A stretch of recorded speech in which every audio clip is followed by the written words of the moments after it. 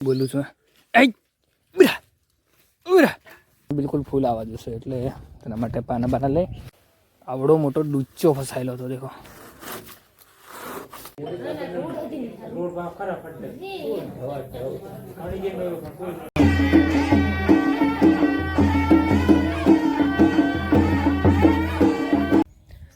So hello guys good morning કેમ છો બધા આઈ હોપ બધા મજામાં હશો અને અત્યારે હું પણ મસ્ત મજામાં છું તો અત્યારે શું રોડની બાજુમાં એટલે કે જે આપણો શિમળો મતલબ ઉખાડી નાખ્યો હતો એ ફાઇનલી જેસીબીથી પછાડી મતલબ ખસાવી દીધો છે અને એનો પડ્યો હતો આગળ ખાડો મતલબ કે અંદરથી ખોદીને કાઢ્યો છે તો આ ખોદીને કાઢેલા ખાડાને આપણે બુરવવાનો છે તો આગળ ફાઇનલી હું અત્યારે ખાડો બુરવી રહ્યો છું મતલબ કે પણ જેટીથી ખાડો બુરવી અને એક નંબર હરકું કરી નાખીએ પછી આપણે બનાવવાનું છે આગળ કંઈક બનાવવાનું છે મતલબ તો એ બસ બનાવવાનું છે એ હું આગળના વિડીયોમાં બતાવી દઈશ મતલબ બતાવતો રહીશ બાકી આગળ અત્યારે હાલની કન્ડિશનમાં તો આપણે આ ખાડો હરકો કરવાનો થાય છે તો એક નંબર કમ્પ્લીટ સપાટ કરી નાખીએ અને આગળ છે આ બાકી છે ને એ બી કામ બહુ જલ્દી કામ પૂર્ણ કરવાનું છે એટલે બસ તો ફાઇનલી ફટાફટ આ ખાડો કમ્પ્લીટ કરી નાખીએ અને પછી વિચારીએ કંઈક બાકી મસ્ત મજાનો નજારો છે દેખો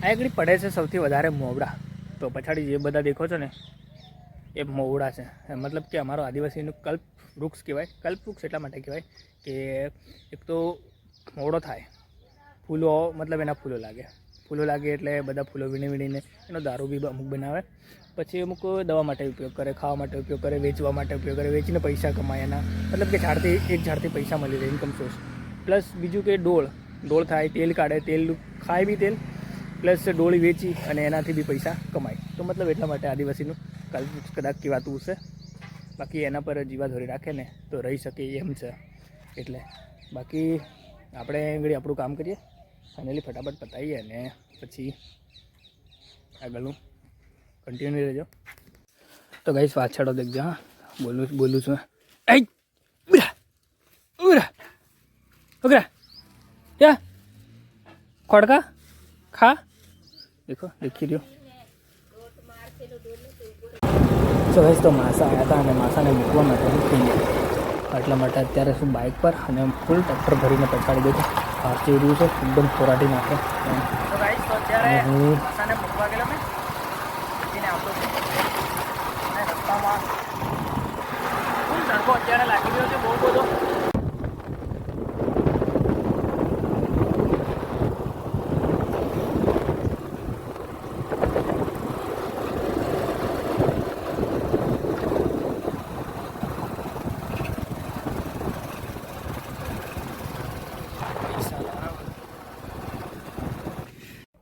તો દોસ્તો ઠંડુ પાણી પીવા માટે એક મેં માટલાનો મસ્ત જુગાડ કર્યો છે મતલબ કે માટલું એકદમ ઓલ્ડ છે પણ એની પર ચડાવી દીધી છે કંતનની પરત મતલબ કે કંતનનો ઠેલો હતો એને ફાડી એને સીવી નાખ્યો છે એકદમ મસ્ત મજાનું ઠંડુ પાણી થઈ જશે અને પીવા કામ લાગશે મતલબ બધાને તો મિત્રો અત્યારે જોરદાર તડકો ખતમ થયો છે મતલબ અને હવે આપણે જઈએ છીએ ખેતરની અંદર જે હાથમાં છે પાના બાના લઈ લીધા છે અને મમ્મી લોકો ત્યાં છે મતલબ કે એ કરે છે અને મોટરમાં પાણી બિલકુલ જરી આવી રહ્યું છે તો એના માટે મેં પાના લઈ લીધા છે અને મોટર કાઢવાની છે ત્યાં કૂવા પર અત્યારે પાણી આવે છે પણ આટલું આવે છે બિલકુલ જરી આવે છે તો લગભગ મારું માનવું છે એવું છે કે કાંકરા ફસાઈ ગયા છે આખી મગફળી આંગળી બિલકુલ સીમાઈ રહી છે એકદમ જલ્દી પાણી મળે તો કંઈક તાજું થાય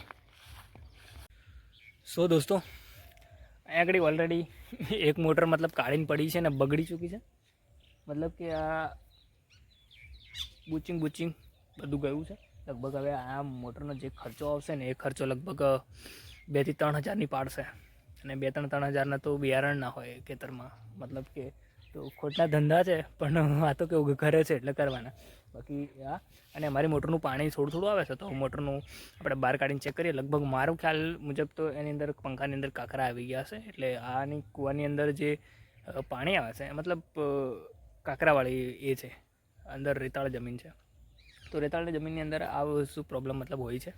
તો ચલો રાતભર મોટર ચાલી છે એટલે લગભગ કાંકરા આવી ગયા હશે. બાકી આગળ બખોલા પડી ગયા છે. કૂવો બિલકુલ આ સાઈડથી પણ બેસી ગયો છે. અહીંથી તો એકદમ બખોલો જ પડી ગયો છે અને બધું અંદર ઘૂસી ગયું છે. લગભગ આ ચોમાસામાં આ કૂવો પતી જશે એવું લાગે છે. સો ગાઈસ, હું એવું વિચારતો હતો કે પાણી નથી આવતું મોટરમાં, કાંકરા ભરાઈ ગયા એવું બિલકુલ નથી. ફરી આપણે એકવાર પાઇપ ચેક કરી તો શું નીકળ્યું ખબર? તમે પેલી પાઇપ ખાલી હતી એની અંદર દેખો અંદરની સાઈડ આખો પાઇપનો ટુકડો ફસાયેલો છે. ત્યાંથી આવીને ઈગડી અટકી ગયો છે. તો પછી પાણી ક્યાંથી આવવાનું છે? પછી જરી જ પાણી આવે. મોટરથી ત્યાંથી ફૂલ સ્પીડમાં પાણી આવે, પણ આગળ આવીને અહીંથી પાઇપમાં જરી જ પાણી આવે. ચલો આનો જુગાડ મેં કર્યો છે, આનાથી કાઢીએ. ચલો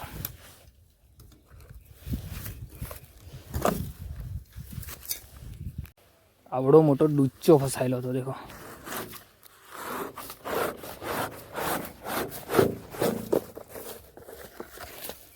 આટલી મોટી પાઇપ ફસાયેલી પછી ક્યાંથી પાણી આવવાનું હતું? ચલો હવે ફિટ કરીએ અહીં. બાકી આ પાઇપ મૂકી દઈએ. તો ગાઈસ, અત્યારે પાણી બિલકુલ ફૂલ આવી રહ્યું છે. એક નંબર, મતલબ આખો પાઇપ ભરાઈને આવી રહ્યો છે અને કારનું અડધો આવતું હતું. હવે પાણી ફૂટે એમ આવે છે ટાઈટ મસ્ત.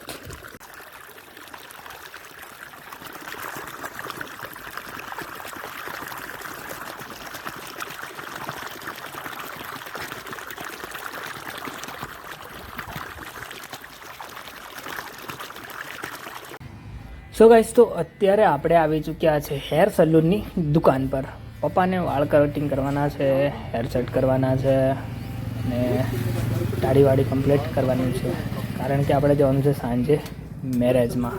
એટલે હું અહીં આગળ બેઠો છું. મારે તો કમ્પ્લીટ વાળ સેટ છે ને, દાઢી બધું સેટ જ કમ્પ્લીટલી ફાઇનલી સેટ છે.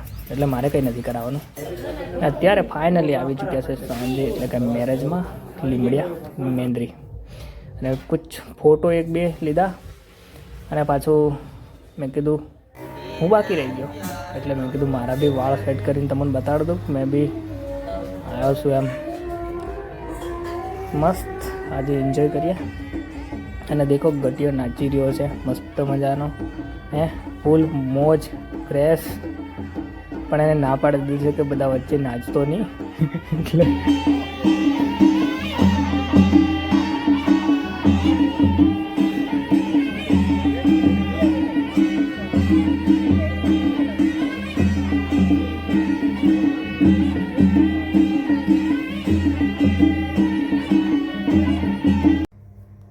ગાઈસ, તો અત્યારે વાગ્યા છે રાતના 1:30 વાગ્યા છે. મતલબ કે 1:30 જેવી થઈ છે. તો બસ વિડીયોને કરી દઈએ ફાઇનલી આગળ રાત્રે એન્ડ. મળીએ જલ્દી નવા વિડીયો સાથે. તબ તક લે બાય. વિડીયો પસંદ આવ્યો તો વિડીયોને લાઈક કરજો, શેર કરજો અને ચેનલને સબસ્ક્રાઈબ કરી દેજો. બાય.